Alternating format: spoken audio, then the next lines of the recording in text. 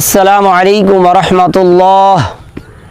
ফরজ গোসলের প্র্যাকটিক্যাল নিয়ম আমরা অনেকেই জানি না ফরজ গোসল কিভাবে করতে হয়। তো ইনশাআল্লাহ আজ ফরজ গোসলের প্র্যাকটিক্যাল নিয়ম দেখানোর চেষ্টা করব।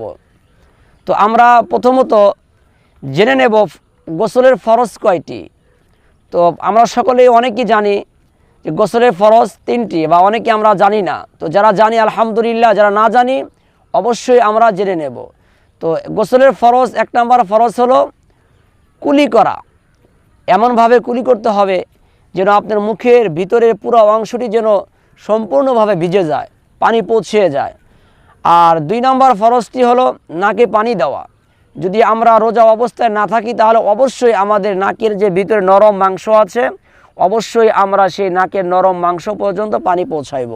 আর যদি আমরা রোজা অবস্থায় এরকম ফরজ গোসলের দরকার হয় তাহলে আমরা এমনিভাবে নাকে পানি নেব শুধু। আর তিন নম্বর ফরজটি হলো পুরো শরীর সুন্দরভাবে ভালো করে ঘষে মেজে ধোয়া। কোনো শরীরের কোনো একটি অংশ যেন একটা চুল পরিমাণও যেন শুকনো না থাকে।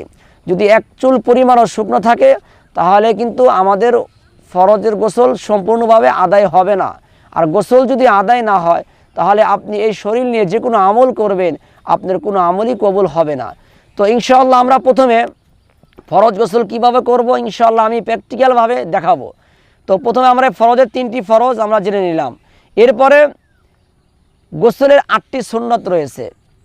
গোসলের 8টি সুন্নত রয়েছে। প্রথমে যখন আপনি জানাবতের গোসল করবেন তো প্রথম সুন্নতটি হলো প্রথমে আপনার ইস্তিনজা করতে হবে। অর্থাৎ আপনি যখন ফরজ গোসল করতে যাবেন তো গোসলের পূর্বে আপনি ইস্তিনজায় যাবেন। ইস্তিনজায় যাওয়ার পরে আপনি সুন্দরভাবে আপনি পেশাব পায়খানা সেরে আপনি শরীরের যে অঙ্গেতে নাপাকি লেগে আছে, অর্থাৎ নিজের লজ্জা স্থানকে এরকম যেখানে নাপাকি লেগে আছে অবশ্যই আমরা সেটাকে সুন্দরভাবে পরিষ্কার করে নেব। তো পুরো অঙ্গটি ধুয়ে নেওয়াটা ভালো। আর দুই নম্বর হলো গোসলের নিয়াত করতে হবে। যে আমি গোসল করিতেছি নাপাকি থেকে পবিত্রতা অর্জন করার জন্য আমি গোসল করিতেছি, এই নিয়াত করতে হবে। এবং এই নিয়াত করার পরে উভয় হাত আপনি এই কবজি পর্যন্ত উভয় হাত 3 বার ধুবেন এবং হাত ধোয়ার সঙ্গে সঙ্গে আপনি বিসমিল্লাহ পড়বেন। এরপরে আপনি পুরো শরীরের যেখানে নাপাকি লেগে আছে বা আপনার শরীরে যেখানে নাপাকি লেগে আছে বা শরীরের নাপাকিগুলো আপনি প্রথমে যেখানে চিহ্ন আছে তো নাপাকিগুলো আগে আপনি ধুবেন। শরীরে নাপাকি লেগে আছে বা কাপড়ে নাপাকি লেগে আছে তো সেই নাপাকিটাকে সুন্দরভাবে ধুবেন। তারপরে আপনি পরিপূর্ণভাবে অজু করতে হবে। তারপরে অজু করার পরে সমস্ত শরীর 3 বার ভালোভাবে ধুতে হবে। এবং 8 নম্বর সুন্নতটি হলো উভয় উত্তম রূপে সুন্দরভাবে ঘষে মেজে পুরো শরীরগুলো আপনার ধুতে হবে। তো ইনশাআল্লাহ আমরা গোসলের ফরজ এবং গোসলের সুন্নতগুলো জেনে নিলাম। এখন আমি ফরজ গোসল কিভাবে করতে হয় প্র্যাকটিক্যাল নিয়ম আমি আপনাদেরকে দেখাচ্ছি। প্রথমে আমরা তো ইস্তিনজা করে নেব। ইস্তিনজা করার পরে আপনি যদি শরীরে কোথাও নাপাকি লেগে থাকে অবশ্যই আমরা সেই নাপাকিটি আগে দূর করব। এবং যদি কোথাও আপনার কাপড়ে নাপাকি লেগে থাকে, এখানে মনে করেন নাপাকি লেগে আছে, তো প্রথমে আমরা এভাবে নাপাকিটা 3 বার ধুবো।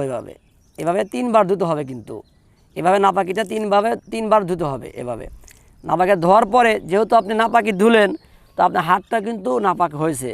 তো এই জন্য আমরা মগের ভিতরে সরাসরি হাত না দিয়ে প্রথমে আপনি হাতটি এভাবে 3 বার ধুয়ে নেব। এই দেখেন এভাবে হাতটা 3 বার এভাবে ধুয়ে নেব। 3 বার সুন্দর করে হাতটি 3 বার ধুয়ে নেব। এবং হাত ধোয়ার সঙ্গে সঙ্গে আপনি গোসলের নিয়াত করতে হবে যে আমি নাপাকি থেকে পবিত্রতা অর্জন করিতেছি, এভাবে নিয়াত করতে হবে এবং বিসমিল্লাহ বলতে হবে। এবার দেখেন বলার পরে তো আপনার হাতটা কিন্তু পরিষ্কার রাখুন। তো এখন আপনি ভিতর থেকে পানি নিতে পারেন অথবা এভাবে পানি নিতে পারেন, আপনি যেভাবে খুশি সেভাবে নিতে পারেন। যারা পুকুরে গোসল করবে তাদের এরকমভাবে হাত 3 বার এবং এগুলো শরীর পানির ভিতরে আপনি যাওয়ার পরেই পুকুরের ভিতরে পানির ভিতরে কিছুক্ষণ থাকলে পারে আপনার এগুলো আদায় হয়ে যাবে। তো প্রথমে আপনি এভাবে নেওয়ার পরে গোসলে যেহেতু ফরজ 3টি আপনি প্রথমে 3 বার কুলি করতে হবে। যদি আপনি রোজা না থাকেন তাহলে অবশ্যই আপনাকে গড়গড়ার সহিত কুলি করতে হবে। এভাবে 3 বার কুলি করবেন।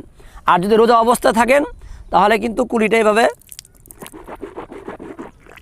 করতে হবে। গড়গড়ার সহিত রোজা অবস্থায় করা যাবে না, কারণ যদি আপনার ভিতরে পানি চলে যায় তাহলে কিন্তু আপনার রোজাটা নষ্ট হয়ে যাবে। এই জন্য রোজা অবস্থায় আমরা স্বাভাবিকভাবে কুলি করব, গড়গড়ার সহিত কুলি করব না।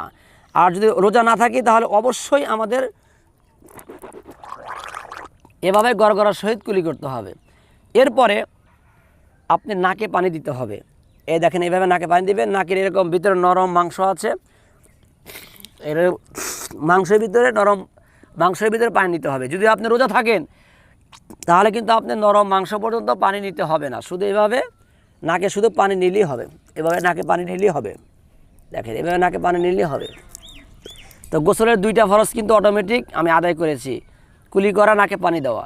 তো আরেকটি ফরজ হলো সমস্ত শরীর সুন্দরভাবে ধুতে হবে।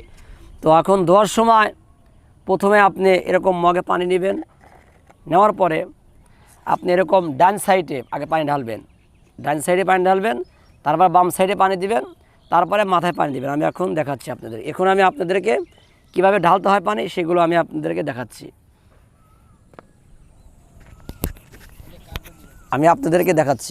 আপনি এইভাবে প্রথমে এরকম ডান কাঁধে পানি দিবেন, দেখেন সুন্দর করে এভাবে পানি দিবেন, যেন কোনো জায়গাতে যেন আপনার শুকনো না থাকে। পুরো শরীর ভালোভাবে ধোয়া কিন্তু ফরজ। তারপরে বাম সাইডে পানি দিবেন সুন্দরভাবে, কোনো অঙ্গ যেন শুকনো না থাকে, পুরো শরীরের কোনো অঙ্গ যেন শুকনো না থাকে। তো আমাদের অনেকের শরীরে আংটি থাকে, বা যারা মা বোনেরা আছেন অনেকেরই হাতে চুড়ি আছে এবং নাকফুল আছে। তো অবশ্যই আমরা এগুলো একটু নাড়াচাড়া দিয়ে ভিতরে সুন্দর করে পানি পৌঁছায় নেবেন। এভাবে সুন্দর করে দেখেন পুরো শরীর এভাবে সুন্দর করে একদম হাতের এরকম 2 হাতের বগল তলায় এবং হাতের আঙ্গুলের চিবা, চোখের কোণায় এবং কানের ভিতর দিয়ে সুন্দর করে এরকম হাত দিয়ে নাড়াচাড়া করে, পায়ের চিপা চাপাই দিয়ে সুন্দর করে এভাবে দাঁড়ায় দেখেন। আমি সুন্দর দ্বারা দেখাচ্ছি, এভাবে সুন্দর করে দেখেন একদম কোনো জায়গাতে যেন একদম পানি যেন একদম সুন্দরভাবে পৌঁছায়, কোনো জায়গাতে যেন শুকনো না থাকে। যদি একটু আপনার শরীর শুকনো থাকে তাহলে কিন্তু আপনার গোসল হবে না। আর গোসল কিন্তু একটা গুরুত্বপূর্ণ একটি আমল।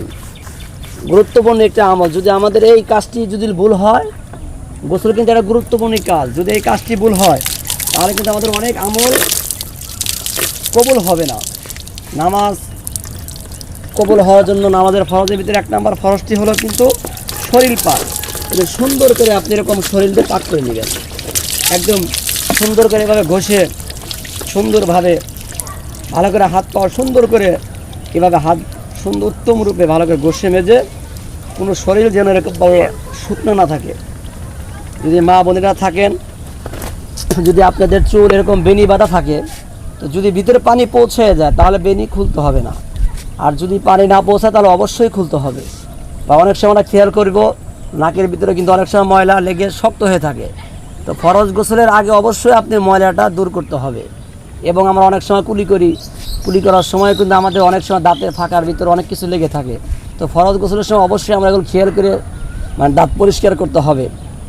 আর যদি একদম এমন শক্ত ময়লা হয়, যেমন অনেকে পান খাওয়ার অভ্যস্ত থাকতে পারেন, পান খেতে গিয়ে যদি ময়লা একদম শক্ত হয়ে লেগে যায়, কঠিনভাবে লেগে যায়, তাহলে সেটা না উঠালেও হবে। এবার সুন্দরভাবে এভাবে গোসল করতে হবে। দেখেন